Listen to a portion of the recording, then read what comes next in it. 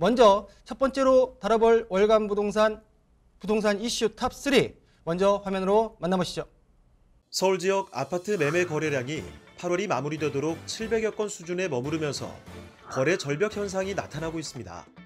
여당이 종합부동산세 및 1주택자 대상 양도세 완화를 추진하면서 세 부담이 줄어든 데다 10월부터는 중개 수수료가 인하되는 등 집주인들이 서둘러 집을 내놓을 이유가 사라졌기 때문인데요. 22일 서울 부동산 정보광장에 따르면 8월 서울 아파트 매매 거래는 709건에 그치고 있습니다. 이 추세라면 역대급 거래 절벽이라 불리던 2019년 2월 이후 2년 반 만에 월 거래량이 2,000건을 밑돌 가능성이 큰 상황입니다. 지금의 서울 부동산 시장을 정리해보면 거래는 잘 이루어지지 않는데 그나마 이루어지는 거래는 가격이 크게 뛴 상태로 진행되는 그야말로 최악의 상황이 주택시장을 덮친 셈입니다. 서울 아파트 가격이 이미 많이 오른 데다 금융당국이 가계부채 관리를 이유로 부동산 관련 대출을 조이는 한편 엎친 데 덮친 격으로 금리 인상이 임박했다는 관측까지 더해져 거래 절벽에 대한 우려가 커지고 있는 상황인데요. 예년과 비교해 지나칠 정도로 거래가 위축된 서울의 부동산 시장. 이대로 부동산 빙하기에 접어든 것일까요? 오늘 월간 부동산 8월의 장에서는 거래 절벽이 현실로 다가온 위기의 서울 부동산 시장에 대해 분석해 보겠습니다.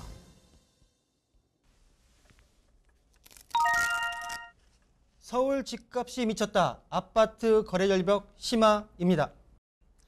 부동산 규제와 가격 급등에 따른 피로감이 누적되면서 이번 달 서울 아파트 매매 건수가 크게 준 것으로 나타났습니다. 자, 가계부채 억제를 위해 최근 시중은행들이 대출 조이기에 나서면서 특히 고가 아파트 거래는 앞으로 더욱 줄어들 것으로 전망되는데요. 앞서 영상에서 살펴보다시피 2019년 부동산 거래 절벽 사태 이후로 2년 반 만에 최악의 상황이 다시 돌아왔다고 업계에서는 분석하고 있습니다. 평론가님, 거래 절벽 사태, 현재 시장 상황 좀 말씀해 주시죠. 네, 지금 뭐 파는 사람이나 사는 사람이나 정말 참 어려운 시기다라고 생각을 해봅니다. 실제 매매 시장을 좀 보겠습니다. 8월 25일 서울 부동산 정보 광장 자료에 따르면은 그 1월에 건수가 5,700건, 그 다음에 2월에 3,800건 이 정도 되다가 8월에 들어와서 거래량이 857건으로 확 줄기 시작합니다. 그러니까 평균적으로 한 4,000, 3,000건 이렇게 됐었다가 8월 들어와서 뭐 800건으로 확 감소되다 보니까 정말로 거래 절벽의 상황이 왔다라고 이제 볼 수밖에 없고요. 특히 전달이죠. 7월 달이 거래 건수가 4,981건이었거든요. 이거보다는 갑자기 한 달 만에 이렇게 거래 절벽 현상이 이제 일어났다라고 볼 수가 있겠고, 뭐 아파트만 그런가요? 뭐 연립이나 다세대도 마찬가지입니다. 보통 한 4,000에서 5,000건 정도 되던 이 건수가 8월 들어와서는 1,153건으로 확 줄어들었거든요. 그런 것만 봐더라도 서울 부동산에 있는 뭐 매매라든지 아파트라든지 연립주택의 매매 거래수도 줄었고, 임대차도 마찬가지입니다. 전월세 시장도 뭐 말씀을 드리면 뭐 표해 보시면 아시겠지만은 거래량이 확 줄어들어요. 특히 아파트 같은 경우에는 한 전월세 시장이 7,269건 정도가 됐었는데 이게 월 평균 10,000건이 넘어갔었거든요. 그러니까 전월세 시장의 거래 건수도 줄고, 그다음에 아파트뿐만 아니라 이런 빌라 전월세도 마찬가지입니다. 물론 뭐 8월 25일 기준이기 때문에 남은 기간이 있잖아요. 그래서 뭐 조금 더 늘어날 수는 있지만 지금 뭐 통계 수치만 보더라도 최저의 정말로 거래량이 나올 것이다라는 게 이제 시장의 중론입니다. 거래량이 지금 계속 줄 수밖에 네, 없는 맞습니다. 상황이다라는 부분을 좀 정리해 주셨고요. 2019년도에 서울 아파트 거래 절벽, 이 당시에도 6년 만에 최저, 거래량 반토막 이런 키워드가 뉴스 기사를 도배했던 상황들이 생각이 나는데요. 자, 교수님. 교수님께서는 이렇게 거래가 위축되고 거래량이 크게 줄어드는 어떤 위축 배경, 어떤 이유가 있다고 보십니까? 일단은 집을 팔려는 사람이 물건을 안 내놓는다는 게 본질이죠. 거래가 떨어지는 원인은 사는 사람이 없어서 떨어지는 경우도 있고, 그렇죠. 팔려는 사람이 못 내놓기 때문에 떨어지는데, 이번에는 팔려는 사람이 안 내놓는다는 게 저는 가장 근본적인 원인인데, 그럼 그 왜 팔려는 사람들이 안 내놓는가?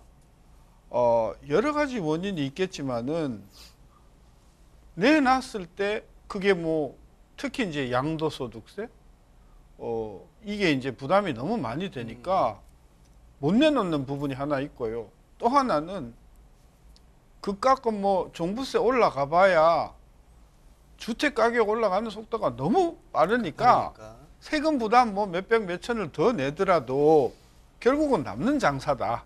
이게 이런 이거 심리가 굳어져 버리니까 즐거운 마음으로 시장에 안 내놓는다. 이게 지금 그동안에 우리 문재인 정부의 그 부동산 정책의 가장 큰 병폐라고 생각해요. 안 내놓는 거죠. 안 내놓게끔 만들었다는 거죠. 기존 물량이 기존에 있던 어떤 부동산들이 시장으로 나오지 못하고 있다. 그게 가장 큰 그렇죠. 거래량 위축의 가장 큰 배경이다. 그래서 이제 시장에서는 계속 뭐 이제 대선을 앞두고 많은 정치인들이 아예 한시적으로라도 양도세도 좀 풀어줘라. 특히 다주택자가 자기가 살고 있는 집 말고 주택을 갖고 있을 텐데 네. 다주택자에 대해서는 특별히 그걸 중과하니까 못 내놓는다. 그래서 이것을 좀 풀어주라고 이제 주장을 하는데 집권당에서는 어떻게 생각을 하냐 하면요. 야 그러면 그동안 엄청나게 올랐는 혜택을 고스란히 그냥 다 그 사람들이 가져가는 거 아니냐. 죽어도 그건 못해. 이런 분위기가 있단 말이죠. 그러니까 팽팽하게 좋다. 우리는 못 물러서 그럼 우리 버텨. 결국은 집을 사려고 하는 사람들이 그 피해를 고스란히 덮어쓰는 상황이 됐죠. 실수요자들의 어떤 피해가 굉장히 극심할 수밖에 없다. 가격이 계속 올라가니까. 알겠습니다. 자, 이러한 거래 절벽 가운데 서울 아파트 분양가 상승세가 날이 갈수록 가팔라지고 있습니다. 서울 아파트 평균 분양가가 사상 처음으로 평당 3천만 원을 넘었다는 게 이게 현 정부 들어서 약 38%가량 급등한 수치라고 하는데요. 사실 현 정부 출범 이후 공을 가장 많이 들인 부분이 바로 분양가 규제가 아닌가 생각이 듭니다. 자, 치솟는 분양가가 규제를 비웃기라도 하는 모양새로 지금 비춰지는데요. 평론가님, 네네. 서울 아파트 분양가 상승세 어떤 추이입니까 지금 현재? 이게 지금 주택도시보증공사 자료를 좀 보겠습니다. 이게 7월 민간 아파트 분양 가격 동향의 자료에 보면은요. 1제곱미터당 서울 아파트입니다. 1제곱미터당 평균 분양가가 921만 1,000원으로 나왔고요. 3.3제곱미터 한 평당 보면은 환산해 보면 한 3,300만 원, 3,039만 원 이제 넘어섰거든요. 그 정도로 사실 이제 많이 가파르고 오르고 있는데 이번에 이제 조사에서 밝혀진 게 그겁니다. 아까 앵커님께서 말씀하신 것처럼 이제 1제곱미터당 900만 원 넘은 거, 그다음에 평당 3,000만 원 넘은 거 이번이 처음이고요. 이제 이게 좀 비교치가 있어야 되잖아요. 전달 그러니까 6월 달보다 봤을 때에 1제곱미터당 봤을 때 4.3% 올랐고 이게 1년 전에 비해서 보면 14% 오른 거거든요. 그러니까 엄청나게 그 사이에 짧은 순간에 분양가가 올랐다라고 볼 수가 있겠습니다.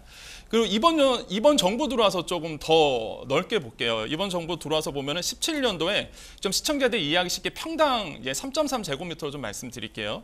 17년도 같은 경우에는 3.3제곱미터 기준 분양가가 2,200만 원, 18년도는 2,400만 원, 19년도는 2,600만 원 되다가 21년도 들어와서 이제 3천만 원을 이제 넘어섰거든요. 그 정도로 사실 분양가, 이게 매매 가격이 아니게 분양가가 이 정도 올랐다는 게 정말로 말 피부로 느끼기에 굉장히 좀 심각하다고 볼 수 있겠고, 그다음에 분양가를 안정시킴으로 해서 뭐 아파트 가격을 어느 정도 제한시키겠다는 전략이었는데 그게 오히려 반전이 돼버린 거죠. 오히려 분양가격이 오르고 또 주변 시세를 올리게 하고 주변 시세 또 오르니까 또 분양가가 오르게 되고 이러면서 사실 계속 악순환이 지금 일어나고 있는 게 서울 수도권의 이제 분양가와 집값의 현 추이다라고 말씀을 드립니다. 거래량은 줄었지만 가격은 계속 올라가는 맞습니다. 모양이세요. 굉장히 아이러니한 상황입니다. 맞습니다. 그렇죠? 분양가 상한제가 부활한 지 1년이 되었습니다. 그러나 곳곳에서 신고가 행진이 줄을 이으며 집값이 잡힐 줄 모르고 있는 상황인데요. 일부 전문가들은 정부의 분양가 규제를 평가하면서 대실패다라고 규제의 실효성이 없다고까지 언급을 하고 있습니다. 교수님, 네. 분양가 상한제, 분양가를 잡기 위해서 정책을 내놨습니다. 부활시켰습니다. 지금 현재 분양가가 계속 오르고 있고요. 실효성 어떻게 보십니까? 이게 정부가 이것을 다시 재도입하기로 결정한 것은 2019년이고 네. 그렇게 하면서 2020년부터 7월부터 실시한다고 해서 그렇죠. 작년 7월부터 실시가 됐잖아요. 근데 이 역사를 보면 이게 연원이 1977년까지 올라갈 정도로 오래됐어요. 근데 오래됐는데 이게 하다가 부작용이 많아서 폐지하고 중단하고 하다가 폐지하고 하다가 폐지하고 계속해서 이게 작동이 잘 안 하는 것이 입증된 그런 제도였거든요. 무엇이 가장 큰 문제냐 하면요. 분양가를 딱 때려잡으니까 이상 못 올린다고 딱 잡으니까 공급업자들이 채산성이 안 맞는 거예요. 채산성이 안 맞으니까 당연히 사업을 하지 않거나 사업을 한다면 양질의 제품이 나오겠어요. 아주 나쁜 질의. 그러니까 분양가를 억제해 놓으니까 제품들이 형편없는 아무도 관심도 만들어 놔봤자 수요가 없는 이런 제품들이 미분양 사태가. 그러니까 그렇죠. 본질적으로 이 분양가 상한제는 대표적으로 시장 작동 원리에 거꾸로 가는 건데 정부는 이걸 너무 쉽게 생각했어요. 그런 면에서 한마디로 이 대실패다 저는 평가하는 것이 옳다고 보는 거죠. 옳다고 보신다. 네. 분양가 상한제 제도입이 됐지만은 좀 대실패의 어떤 부분으로 결론이 나지는 게 아니냐라는 네. 부분으로 의견을 좀 주셨고요. 뱁새가 황새 따라가다 가랑이 찢어진다는 속담이 있습니다. 서울 아파트의 이러한 상황 속에서 흔히 빌라라 통칭하는 서울의 연립가 다세대 물건으로 시선 쏠림 현상이 나타나는데요. 빌라 시장에서는 지난 7월 기준 평균 매매가와 전세가가 약 30% 정도 상승한 것으로 나타나고 있습니다. 평론가님, 이 네네. 내용 좀 한번 짚어주시죠. 일단 빌라 시장을 보면은 굉장히 좀 재밌는 현상이 있습니다. 과거에는 사실 이게 재개발을 생각을 해서 이제 내가 살진 않고 이렇게 투자 수요가 좀 많았는데 지금의 서울 수도권의 빌라는요, 그러니까 투자보다는 실수요예요.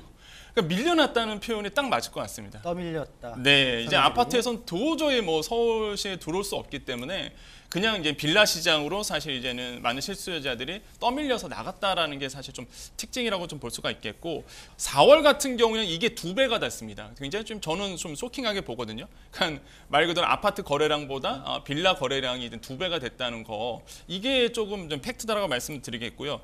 빌라 이제는 매매값 거래량보다 이제 매매값으로 본다 그러면 아까 말씀하신 것처럼 매매가나 아니면은 서울에 있는 빌라 매매가나 전세가나 평균 30% 이상 올랐기 때문에 야 이거 정말로 심각하다. 그러니까 실수요자들이 아마 제가 이렇게 말씀 안 들어도 아마 한 번이라도 서울에 있는 빌라를 구하려고 하셨던 분들은 아마 너무나 이게 공감을 하시게 됩니다. 전달보다 이렇게 올라 버리니까. 그래서 피부로 아마 느끼실 거다라고 생각을 해봅니다.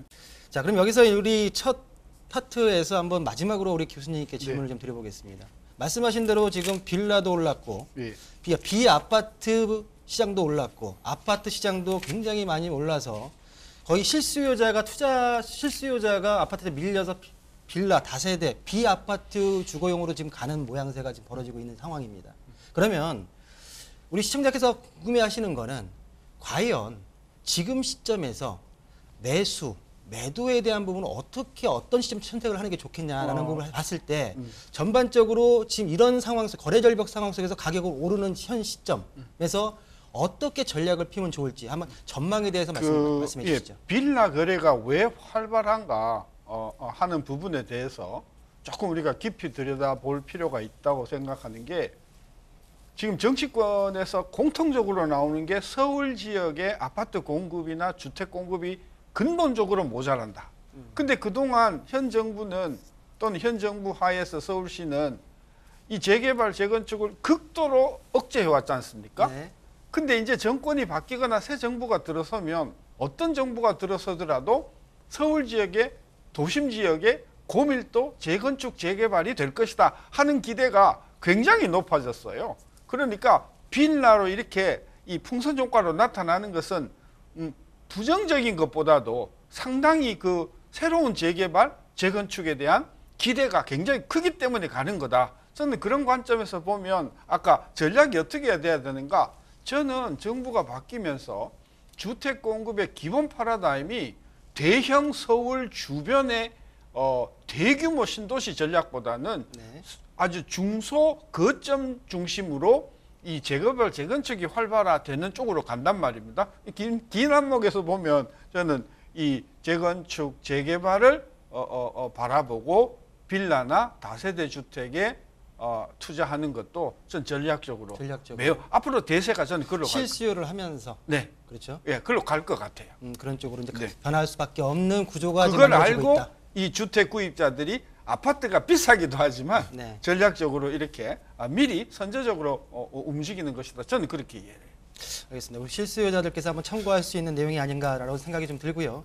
자, 첫 번째 이슈로 거래량이 큰 폭으로 줄어들어 거래 절벽 현상이 극심해진 서울 아파트 시장 현황에 대해서 살펴봤습니다. 사실 여기서 부동산 시장을 조이는 정부의 대출 규제하고 지난 8월 금통위 금리 인상 발표에 대해서 더 깊은 내용으로 다루고자 했지만 워낙 민감한 상황이라 대출 규제와 그리고 금리 인상에 관련된 내용은 앞으로 이어질 마지막 이슈에서 더욱더 자세히 다룰 예정이니까요. 시청자 여러분께서는 끝까지 채널 고정 부탁드리겠습니다.